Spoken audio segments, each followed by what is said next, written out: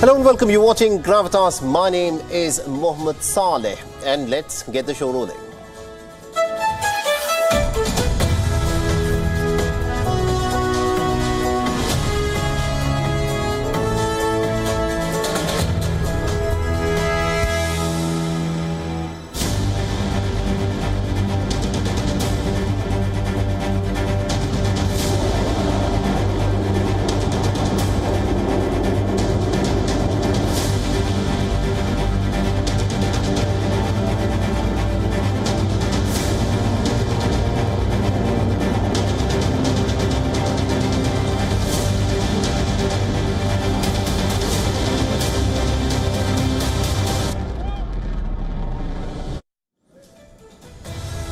Now, they say it is important to have your feet on the ground.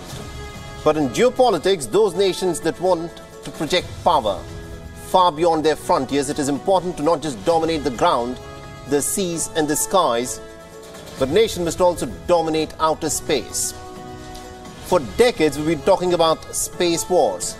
But guess how many nations at this moment can send a rocket into space? Now, as we speak, there are just about 11 nations that have this capacity. In the last 24 hours, China has launched about 41 new satellites and has put them into orbits. Officially, China claims that these are just commercial remote sensing satellites. But if you're willing to believe this, then you'll believe pretty much anything. The beauty about satellites is that they can be used for a variety of different purposes. But when it comes to the game of surveillance and intelligence gathering, there's almost nothing that comes anywhere close to what these spy satellites are capable of. So as China goes about with its satellite launch blitz, we'll tell you as to why this has spooked the United States, which for the last decade and a half has made its foreign policy revolve around just one important question: how to contain China. And also on the show tonight, we'll tell you about the impact of Cyclone Biped Joy, which by tonight has weakened to a depression. With wind speeds of over 150 kilometers per hour, the cyclonic storm has swept over the Indian state of Gujarat. More than 100 villages, more than 1,000 villages at this moment are without access to power. But despite the trail of devastation that Cyclone Biped Joy has left in its trail, the worst of the cyclone appears to be over. There will still be some heavy rains, but the sting has gone out of this cyclone. And Japan has officially redefined its rape laws. It has now defined rape as not just forcible sexual intercourse, but has now broadened the definition of rape as any non-consensual sexual intercourse. But what was the need for Japan to in fact redefine its rape laws? And will this now pave the way for the victims of rape to get justice in Japan? And also on the show, we'll tell you as to why the United States is trying to kill the Bitcoin. The cryptocurrency in the last few years has spawned many a billionaire. But the regulators in the United States aren't exactly convinced about cryptocurrencies. Will the crypto craze, which promised to buck regulation, now result in overwhelming regulation, so much so that may in fact end up killing cryptocurrencies altogether in the United States of America? And lastly, the month of June happens to be the month of men's mental health awareness. Yes, you heard that right. But the question is this: do men really need an entire month to know about their own mental health? And what does this month signify anyway? We'll tell you all of this in just a bit.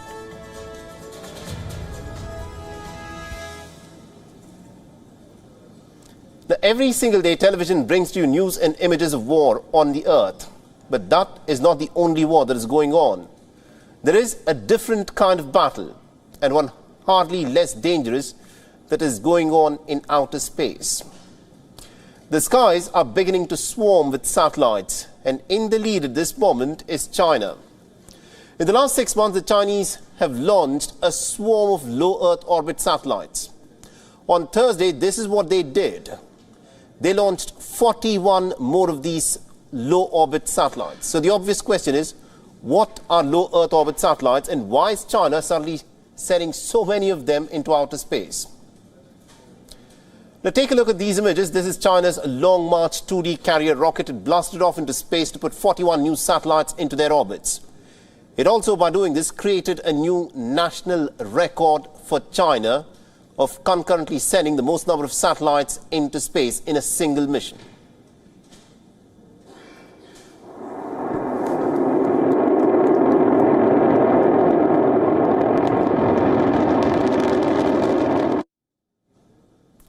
Now, this was the 476th mission for the Long March rocket family. The launch took place at the Taiyuan Satellite Launch Center. This is located in northern China's Shanxi province. Now, Beijing states that these satellites are mainly aimed at providing commercial remote sensing services. But the question is this, are they really? Or more accurately, is this their only mission? Now, the Americans, of course, don't think so. America believes that China is using its low Earth orbit satellites to spy on the United States of America's military installations. And America has good reason to believe this. On the 14th of March, the chief of the American Space Force, General Charles Saltzman, was honest in expressing his fears on what China can actually do.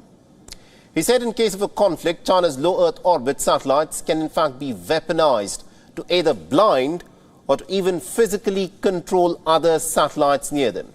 Listen in. The Chinese and the Russians have gone to school on us over the last 20 years, and they know that we've built a joint force structure that relies heavily on the assumption that space capabilities will be there. Whether it's our precision navigation and timing, whether it's satellite communications, the missile warning that we rely on, and the intelligence, surveillance, and reconnaissance persistence that we have with space capabilities. They know we rely on that. And so if they can blind us, if they can interfere with those capabilities, or God forbid, destroy them completely, they know that that will diminish our advantages and put the joint force at risk. So I can see interfering with, I can see blinding, I can see some of those gray area kinds of attacks on our capabilities to try to put us behind the eight ball.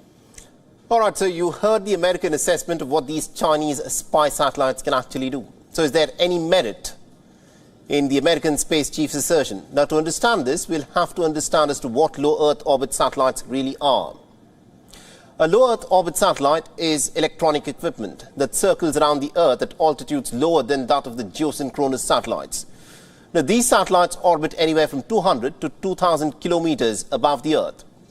They are significantly cheaper as they can be thrust up into space with smaller rockets and less propulsion. They're mainly used for communications, military reconnaissance, and above all, for spying on your enemies. Now, look at this report. In the month of February 2020, a low Earth orbit Russian satellite was found to be shadowing an American satellite. The pair were just about 300 kilometers apart. Now, if you think about 300 kilometers in space, this is a short distance. America uses these kind of satellites for precisely the same reason. Now, look at this report on your screens. It says that the US spy satellites had executed a staggering count of 14 close-in reconnaissance missions on the Chinese high-orbit satellites within a span of less than 2 years. And this was, of course, according to the Chinese state media. Every satellite power has turned them into weapons of mass observation. The observation of the enemy, from the Russians to the Americans, they've all used them for espionage. But the Chinese, have to use a Chinese phrase, they've taken a great leap forward in the satellite spy game. China, at this moment as we speak, has got more than 700 operational satellites, but well over 347 of all Chinese satellites orbiting around planet Earth at this moment are operated by the People's Liberation Army. This means that nearly about half of all Chinese satellites are essentially used almost completely for military purposes, while others can be used for military purposes as and when required. And to add to America's worries, China is also planning to send a mega constellation of a staggering 13,500 low Earth orbit satellites by the year 2027. You heard that right, and you should hear it again. China is planning to send 13,500 spy satellites, and this could happen as soon as 2027. Now, dubbed as the WION, this mega constellation will be part of China's 5G mobile internet. That's what China officially claims.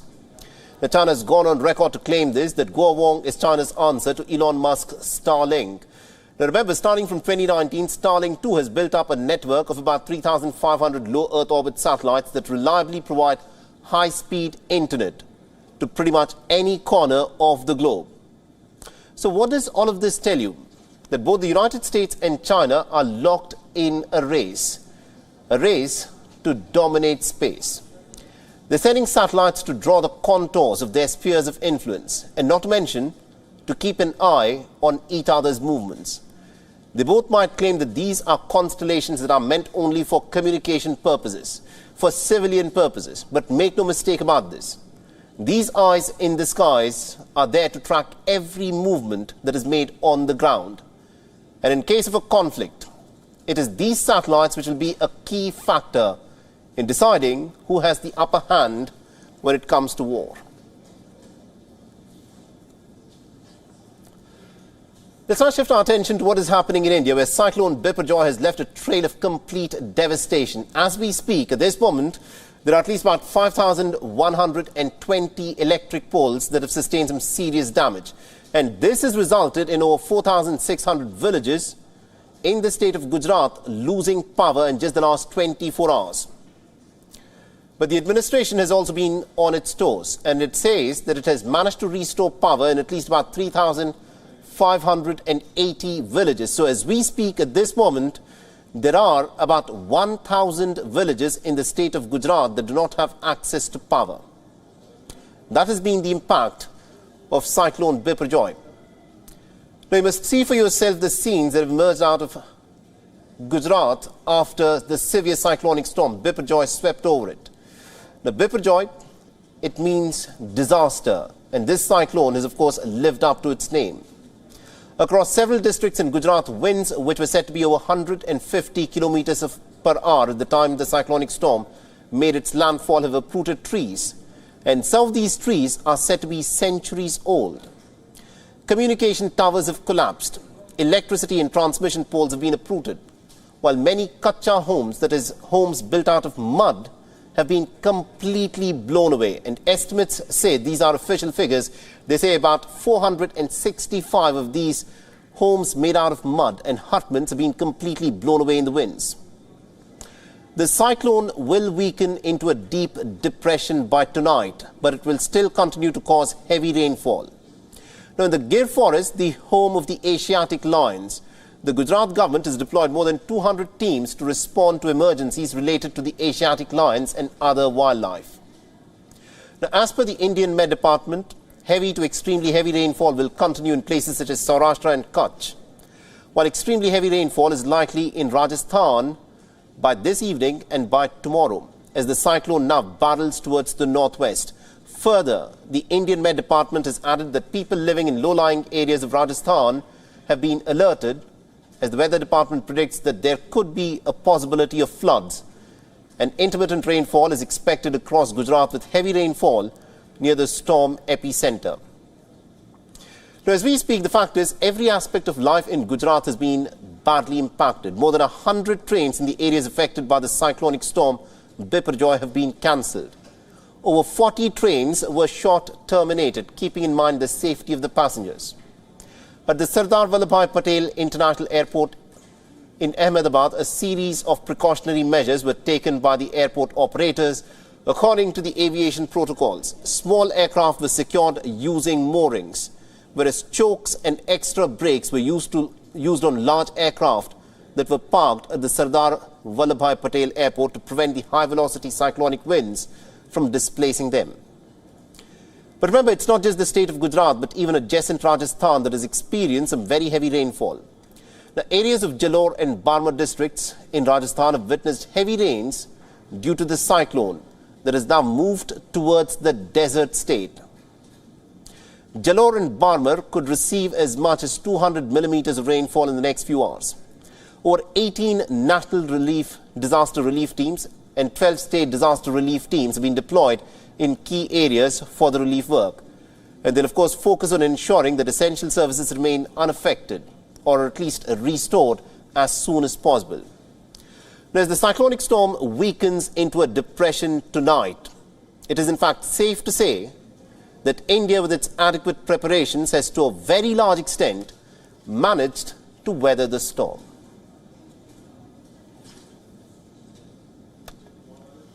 Now, are you someone who's invested in cryptocurrency? Now, do you trust this new alternative system that claims that it can in fact redefine the way that we transact and pay for things? Now, what is interesting is that the United States, and especially the regulators in the United States, are growing increasingly hostile towards cryptocurrency, especially those cryptocurrencies and tokens. Regulators have now stepped up their policing. A line of charges have been put up against crypto firms and their executives. Big players such as Binance and Coinbase are now under the radar of the regulators. Now, the question is this: is the United States trying to kill cryptocurrency? Because from what we can gather, in the manner the regulators have gone after the cryptocurrencies and the crypto exchanges, it does appear that the United States of America wants to do away with cryptocurrencies altogether. Do the regulators in the United States see the virtual currency as a threat? And if they see the virtual currency as a threat, the question is this: is killing cryptocurrency altogether the answer for it in the United States of America? Now, consider this: since 2017, the US authorities have said that the crypto market is running afoul of the financial rules and regulations that exist. The officials have stated that they intend to protect investors. So what is the government planning to do? Is the crypto market booming by breaking financial rules? Is that what is happening? Are the regulators in fact telling you the truth, or are they trying to do in the crypto markets by nitpicking on regulation? You see, the sector was already under a lot of pressure, especially in the aftermath of the price of these tokens collapsed last year. The crypto market was hit hard by the meltdown of crypto exchanges. We're talking about FTX, that was run by the so-called crypto king, Sam Bankman-Fried. The man was accused of conducting one of the biggest financial frauds in American history. Now, coming to what the regulators plan to do, the drumbeat of charges against the crypto firms has already started in the United States. The alleged violations range from failing to register properly with the authorities to not providing adequate disclosure of their activities. There have also been some pretty damaging claims like mishandling consumer funds and fraud. Regulators have also cracked down on crypto exchanges. We're not talking about small players here. We're talking about big platforms, some of the biggest ones in the world at this moment, such as Binance and Coinbase, that are caught in the net of the regulators. But what have these companies done? Now remember, these are basically platforms on which digital assets are bought and sold. The exchanges mainly hold customer funds and execute trades. That's what they do. So how are they running afoul of regulation? Now let's tell you a little about the case against Coinbase. The Securities and Exchange Commission has said that the firm had not registered itself properly.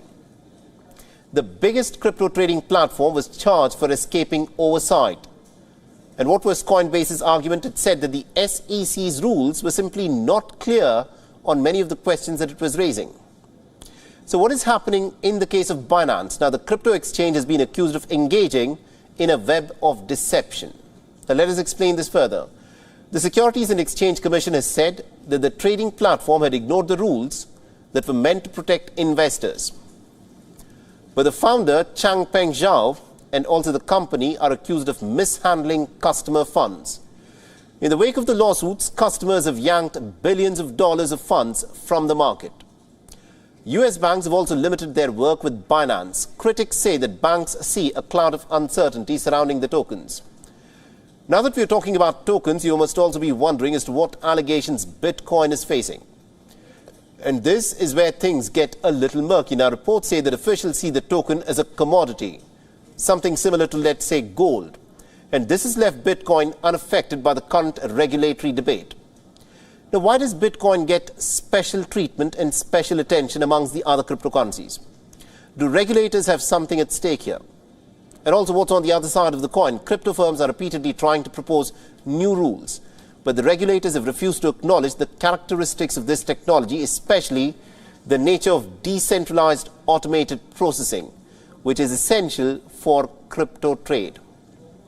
Now, experts say that it's been a very frustrating experience and that there is no doubt that a regulatory attack is ongoing on cryptocurrencies in the United States. critics have expressed that the SEC is determined that cryptos shouldn't exist in the United States anymore. Studies show that 1 out of every 6 Americans have invested at some point of time in cryptocurrencies, but the picture may in fact start to look very different. Reports now show that crypto market value are now just a third of what they were from their peaks. The trading volumes have plunged, and the interest of the investors is also slowly beginning to ebb. The month of March saw the traditional banks stop businesses with crypto exchanges.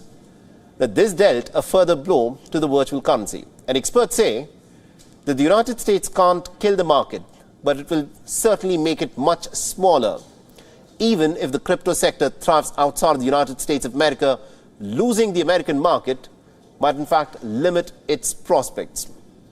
So the question is this: will the United States want to keep Bitcoin and to kick out other coins? Is that what the United States is trying to do? And if that is what the United States wants, then the question is this: does the crypto market even stand a chance of a revival in the United States?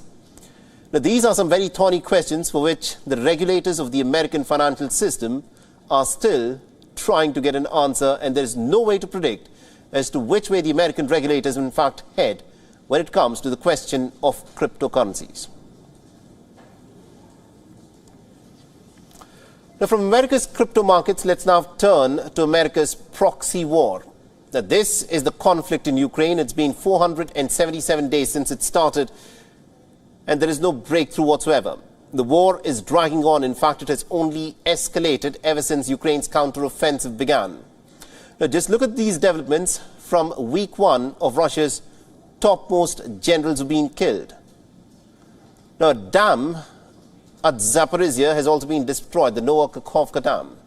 Belarus has started to receive delivery of tactical nuclear weapons from Russia. And Moscow has threatened the use of depleted uranium weapons. And it has also claimed its very first kill by artificial intelligence. Now, these developments indicate just one thing. It just means that the war has now entered a whole new phase. And the question is, how long will this phase now last? Or will it culminate into some kind of an end of this war? Now, I'll tell you what the Americans actually think of this counteroffensive themselves. Senior U.S. officials say that Ukraine, in fact, faces a very difficult fight, that its campaign to reclaim territory is likely to come at a very high cost. Now, which American generals are this who are saying that this counteroffensive will go on for a very long time? The first one is, of course, the Chief of the American Staff, General Mark Milley. He's the chairman of the Joint Chief of Staffs, who on Thursday, while addressing a gathering of the US-led contact group at the NATO headquarters in Brussels, he was categorical in his assessment. He said that it was far too early to put any estimates on how long the Ukrainian counteroffensive could in fact last. But what he did say is this, and let me quote his exact statement. Now, Ukraine has begun its attack, and they're making some steady progress. This is a very difficult fight. It's going to be a very violent fight, and it will likely take a considerable amount of time, and it will happen with a very high cost. Also present at the meeting was the U.S. Defense Secretary Lloyd Austin, and he told the meeting that Kiev needs both short-term and long-term support, as the war is a marathon and not a sprint. Listen in to what Lloyd Austin had to say.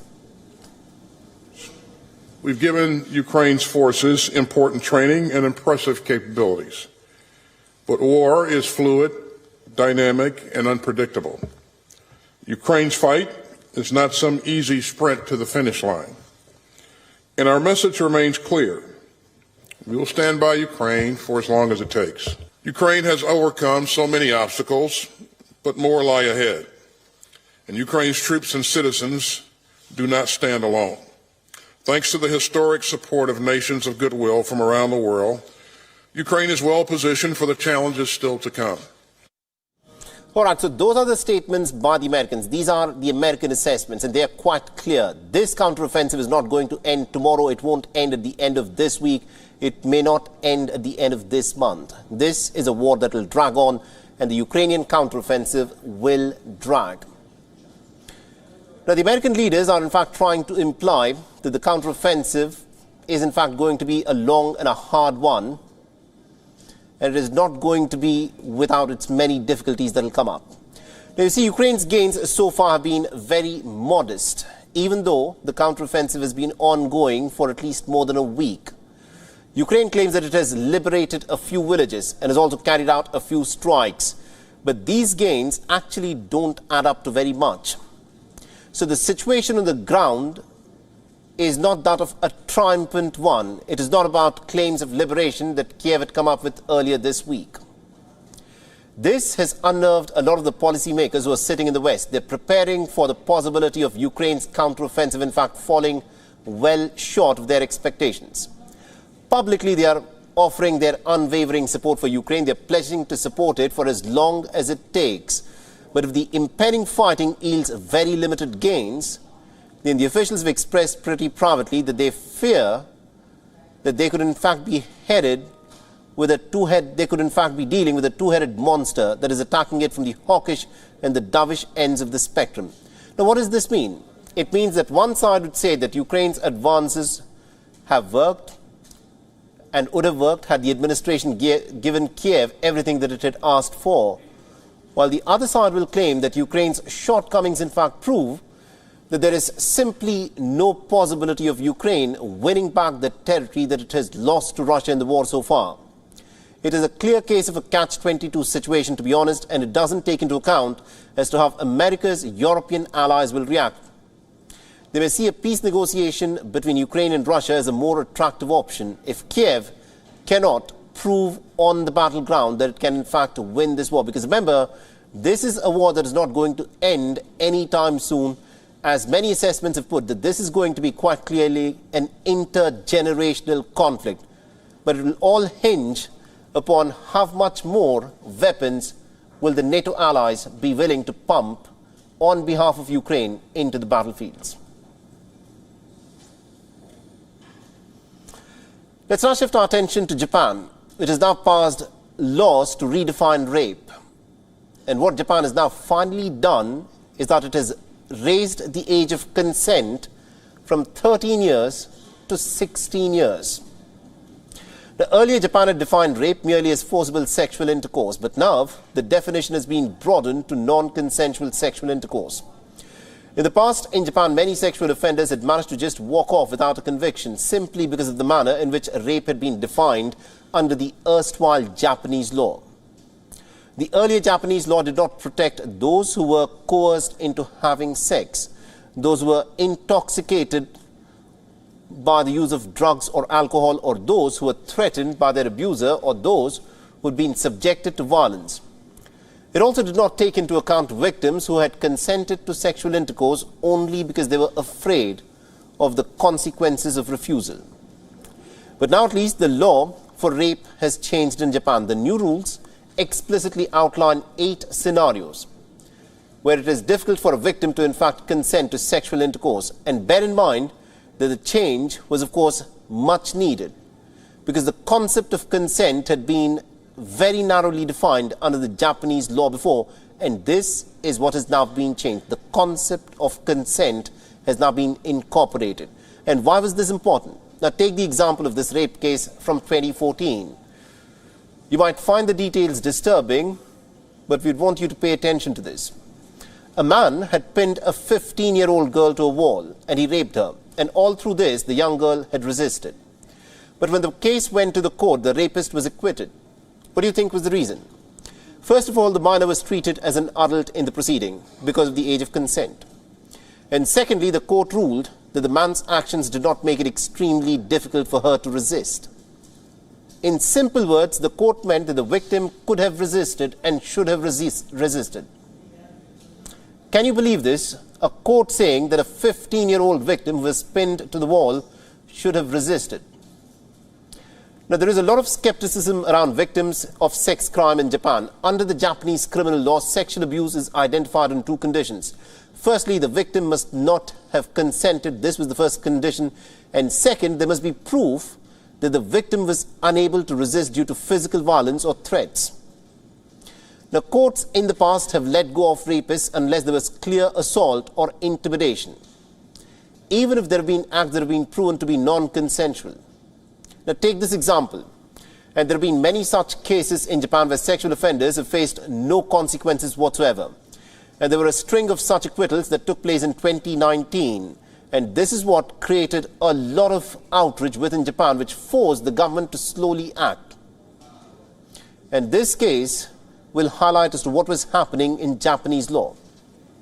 A man repeatedly raped his 19-year-old daughter. He began raping the child when she was a junior high school student.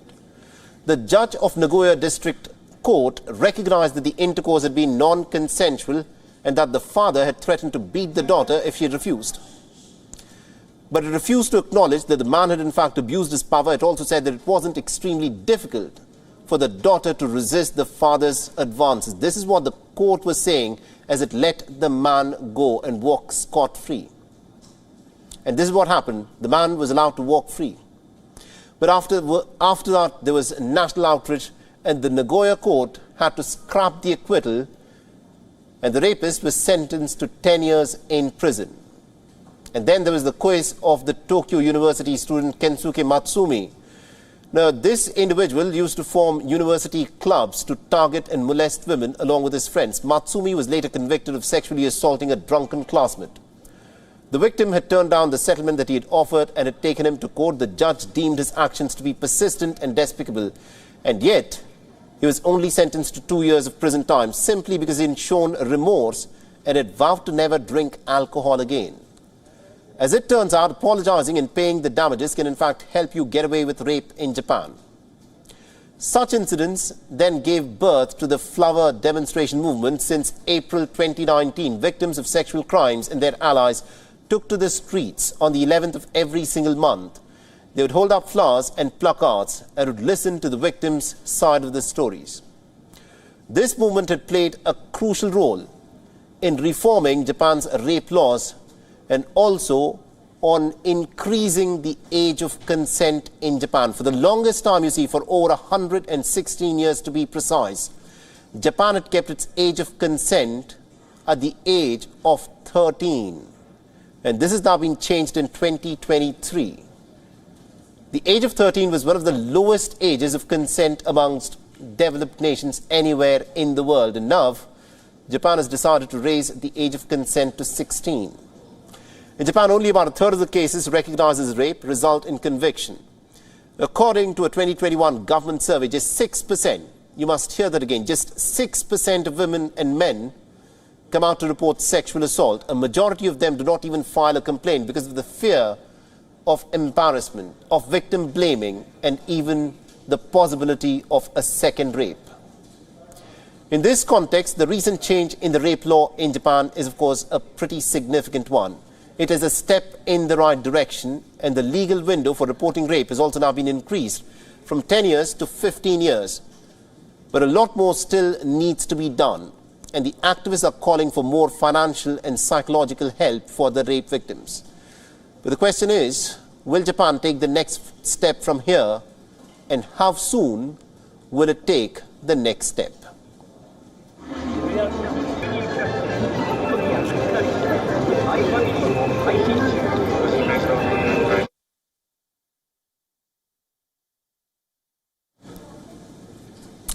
Let's now shift our focus to Australia now. The nation is questioning its parliament.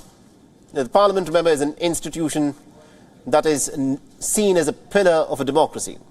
But why is Australia taking a hard look at its parliament? Because what has happened is that the Australian parliament, or the premises of the Australian parliament, have now become a hub of sexual harassment cases.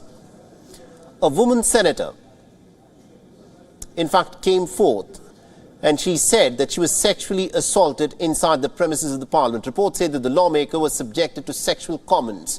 She said that the building was simply not a safe place for women to work. Now, does the Australian parliament have a dark side to it? And how often are women senators subjected to harassment? Our next report gets you the details. Yesterday, I made remarks in relation to another senator. This is 49-year-old Lydia Thorpe. She was the first Aboriginal senator from the state of Victoria and now stands as an independent politician.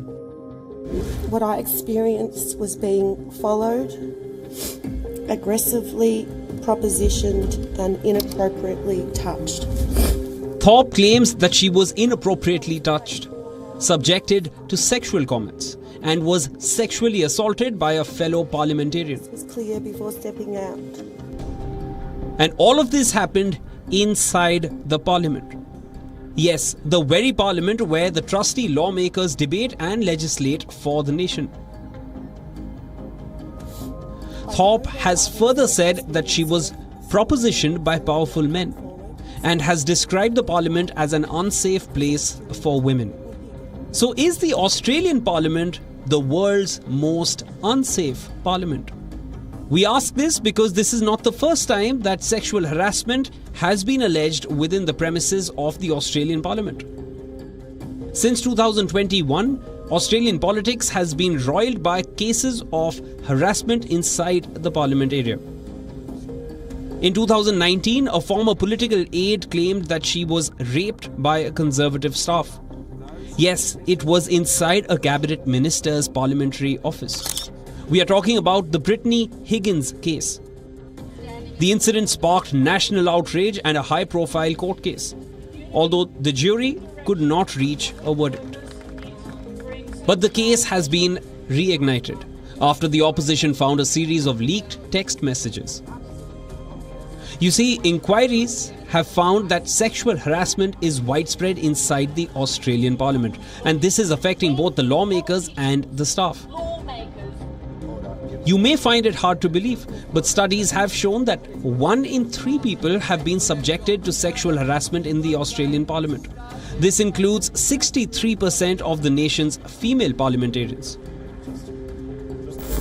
There are different understandings of what amounts to sexual assault. So what are the developments on Lydia Thorpe's case? The man in question, Conservative David Wan, so they can be proved to be false, says that the allegations are scandalous and concocted. Wan has accused Thorpe of bringing the Senate into disrepute. Regardless of Wan's accusations and defensive statements, his Liberal Party has suspended him over the claims. In 2021, he was forced to shift his parliamentary office away from Thorpe's. Why? Reports say it's because of unspecified complaints. But Thorpe says that she was afraid to even walk out of the office door. She would open the door and check the coast before stepping out. I would open the door slightly and check the coast was clear before stepping out. Does a woman deserve to live in such fear in her own office? Why would men instill such fear in women? Thorpe has addressed this question. She says that male senators don't realize what counts as sexual assault. It can mean different things to different people. So do male senators not know the meaning of sexual assault? Are we witnessing Australia's crucible of democracy become a symbol of misogyny? Bureau Report, WION World is One. There are no cameras in stairwells. The United States is experiencing a mass cyber espionage. Now, who's being accused for this? The authorities say that Chinese hackers are at play here. Hackers have broken into emails of hundreds of public and private organizations. A Google-owned company has said that the victims have been targeted in 16 different nations. So what are these so-called Chinese hackers up to? Are we witnessing a new age kind of a warfare? So let's in fact get into the details of this. Mandiant, a subsidiary of Google, says, and I quote here, this is the broadest cyber espionage campaign that's been conducted by China Nexus since the mass exploitation of Microsoft Exchange in early 2021. The Google-owned company has said that hacking began in October. Yes, it's going on since last year, and the firm claims that People's Republic of China is directly responsible for this hacking. So let's tell you as to what has happened in the case of Microsoft in 2021. Now, hackers had attacked over 30,000 organizations through the Microsoft Exchange server. They gained access to emails and installed web shell malware. And this had given the cyber criminals administrative access to several of these servers. So who are the hackers? Now, Microsoft suspected back then that this was a Chinese hacking group called Hafnium. Now, experts say that Hafnium is state-sponsored and it is operating out of China. It primarily targets US organizations across multiple industries, both private players and also government institutions. So has the Hafnium group made a comeback? And what damage have the hackers done? Malicious file attachments have been sent to several companies through email. The virus aims to gain access to devices and crucial data. So where have these virus-ridden emails reached? Now, 55% of the mails reached the Americas, 22% went to the Asia-Pacific, and 24% of these mails reached Europe, Middle East, and Africa. The malicious emails even reached foreign ministries, foreign trade offices, and academic organizations. Pay attention to the institutions that are being targeted here. So what did these institutions and companies do to block these hackers? Well, a security company released a containment and a remediation patch to guard the systems, but the hacking group, of course, altered its malware and continued to maintain access. And that is not all. The group also started hacking at a larger scale. Now, you see, this is not a small hacking group. The nexus is targeting organizational and individual accounts. And reports say that the group's movements mirror China's priorities. This means that the email accounts that were targeted belonged to government officials. Now, these were officials who were part of a diplomatic meeting with other nations. So was China just trying to eavesdrop on some high-level meetings and email exchanges? Is this part of some kind of a secret diplomatic warfare that China was unofficially getting into? Now, let us remind you, the breach comes as the U.S. Secretary of State Anthony Blinken is scheduled to leave for China. The visit is a push to try and repair the deteriorating ties between Washington and Beijing. And Blinken's visit was earlier shot down due to the discovery of the Chinese spy balloons. So will this hacking now become the new cause of cancelling this trip? We still don't know an answer to this. Now, earlier this year, Microsoft had accused the Chinese hackers of targeting critical U.S. infrastructure. It said that the hackers were planning to disrupt communications between the United States and Asia. So what does China have to say about all of this? Now, China has refuted the allegations outright. Instead, it has accused the United States of engaging in cyber espionage against China. Now, Beijing has also said that the United States hacks into computers of universities and companies. Now, why has China denied the hacking claims? Is Beijing truly carrying hacking warfare with the world?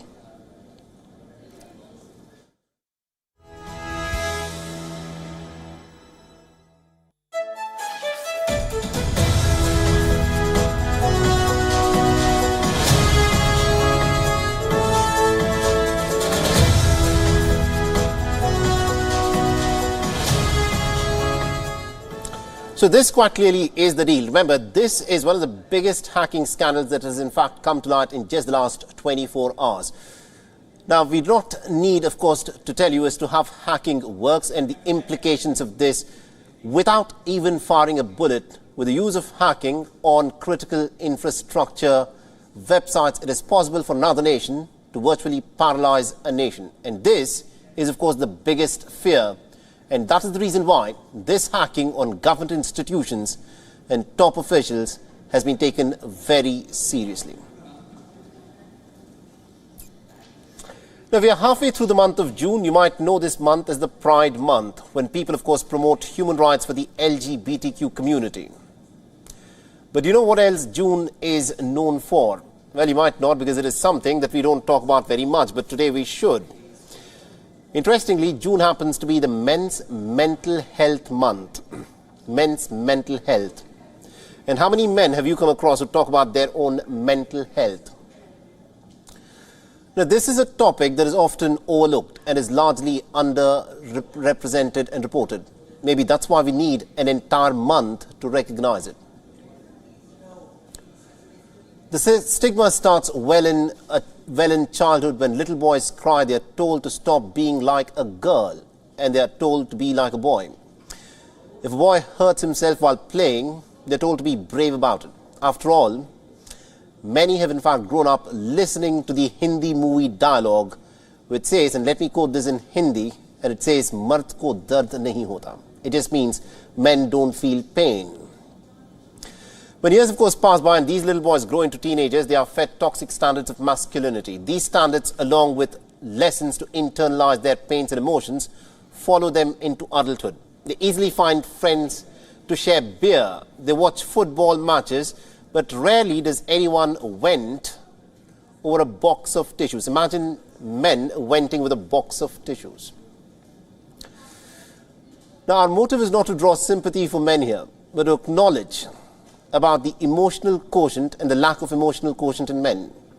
A lack of ability to regulate what they feel and express, to admit that men too go through mental trauma. And it is difficult for them to, in fact, come out and say this. Now, think about it yourself. The women have strong feminine friendships, one where they can have open conversations about their declining mental health. If they don't have a Valentine, they celebrate what they call galentine. If they're low, they indulge in self-care or seek therapy. But how many men can actually openly come out and seek therapy in comparison with women? There is, of course, a clear gap in terms of the number of women who seek therapy and the number of men who actually admit to mental issues and seek therapy, because it's just not the manly thing to do. Now, according to a meta-analysis of 20 studies across the United States and across North America and Europe, only about 19.7% of men contacted a mental health professional in the year leading up to a suicide. That figure stood at about 35%, nearly 80% more in the case of women.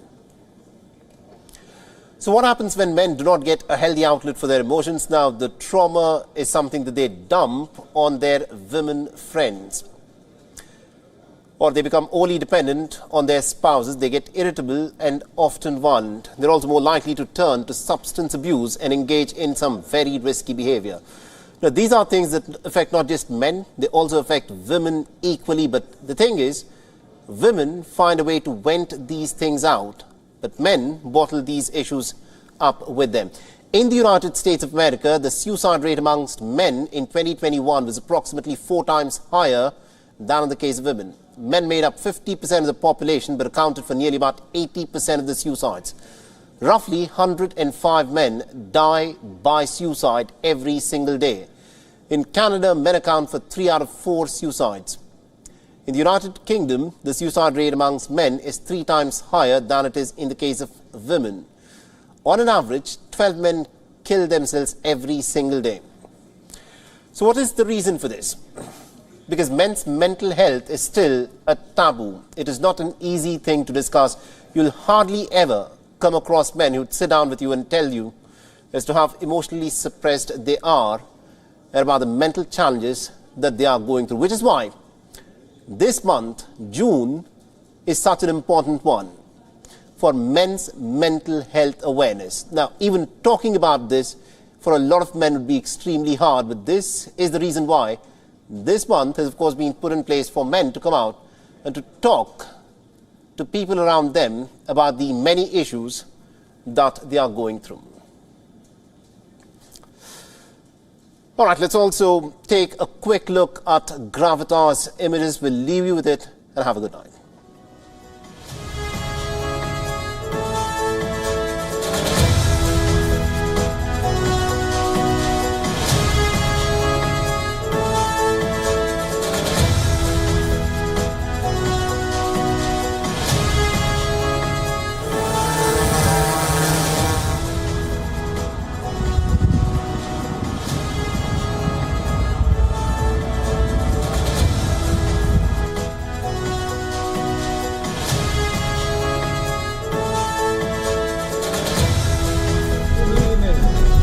Francisco de Adobe por mí.